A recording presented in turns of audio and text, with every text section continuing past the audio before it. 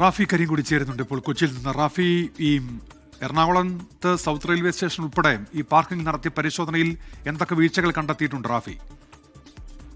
ഉന്മേഷ്, തൃശ്ശൂരിലെ railway station പാർക്കിംഗിൽ ഉണ്ടായ തീപിടുത്തത്തിന് പിന്നാലെയാണ് എറണാകുളത്തെ വിവിധ റെയിൽവേ സ്റ്റേഷനുകളിൽ ഫയർഫോഴ്സ് ഉദ്യോഗസ്ഥരൊപ്പം തന്നെ പോലീസും ചേർന്ന പരിശോധന നടത്തിയത്. ഈ പരിശോധനയിലാണ് സൗത്ത് റെയിൽവേ സ്റ്റേഷനിലെ പാർക്കിംഗ് ഏരിയയിൽ ഗുരുതരമായ വീഴ്ച കണ്ടെത്തിയത്. അതിൽ പ്രധാനപ്പെട്ട കാര്യം, സൗത്ത് റെയിൽവേ സ്റ്റേഷനിലെ പാർക്കിംഗ് ഏരിയയിലെ അഗ്നിരക്ഷാ സംവിധാനങ്ങൾ ഒന്നുപോലും പ്രവർത്തിക്കുന്നില്ല എന്നുള്ളതാണ് ഫയർഫോഴ്സിന്റെ പരിശോധനയിൽ കണ്ടെത്തിയിരിക്കുന്നത്. ഈ അഗ്നിരക്ഷാ സംവിധാനങ്ങളിൽ എക്സ്റ്റിംഗ്വിഷർ അടക്കമുള്ള ഒന്നും തന്നെ ഉണ്ടായിരുന്നില്ല. ഒപ്പം തന്നെ ഇവിടേക്ക് വെള്ളം എത്തിക്കുന്ന വാൽവുകളിൽ ഒന്നുപോലും പ്രവർത്തിക്കുന്നില്ല. ഈ വാൽവുകളിൽ ഒന്നും തന്നെ വെള്ളം ഉണ്ടായിരുന്നില്ല. ഇതെല്ലാം തുരുമ്പെടുത്ത് നശിച്ച നിലയിലായിരുന്നു ഉണ്ടായിരുന്നത്. ഒപ്പം തന്നെ ഈ വാൽവിൽ നിന്ന് വെള്ളം പമ്പ് ചെയ്യാൻ ഉപയോഗിക്കുന്ന ഹോസുകളെല്ലാം തന്നെ നശിച്ച നിലയിലായിരുന്നു. ഇത്തരത്തിൽ വലിയ വീഴ്ചയാണ് ഈ എറണാകുളത്തെ സൗത്ത് റെയിൽവേ സ്റ്റേഷനിലെ പാർക്കിംഗിൽ കണ്ടെത്തിയിരിക്കുന്നത്. ഈ പാർക്കിംഗിൽ മാത്രം 600ഓളം ബൈക്കുകളും ഒപ്പം തന്നെ 100ഓളം കാറുകളും പാർക്ക് ചെയ്തിരുന്നു. ആ സമയത്താണ് ഇത്തരത്തിലൊരു വീഴ്ച കണ്ടെത്തിയിരിക്കുന്നത്. ഒപ്പം തന്നെ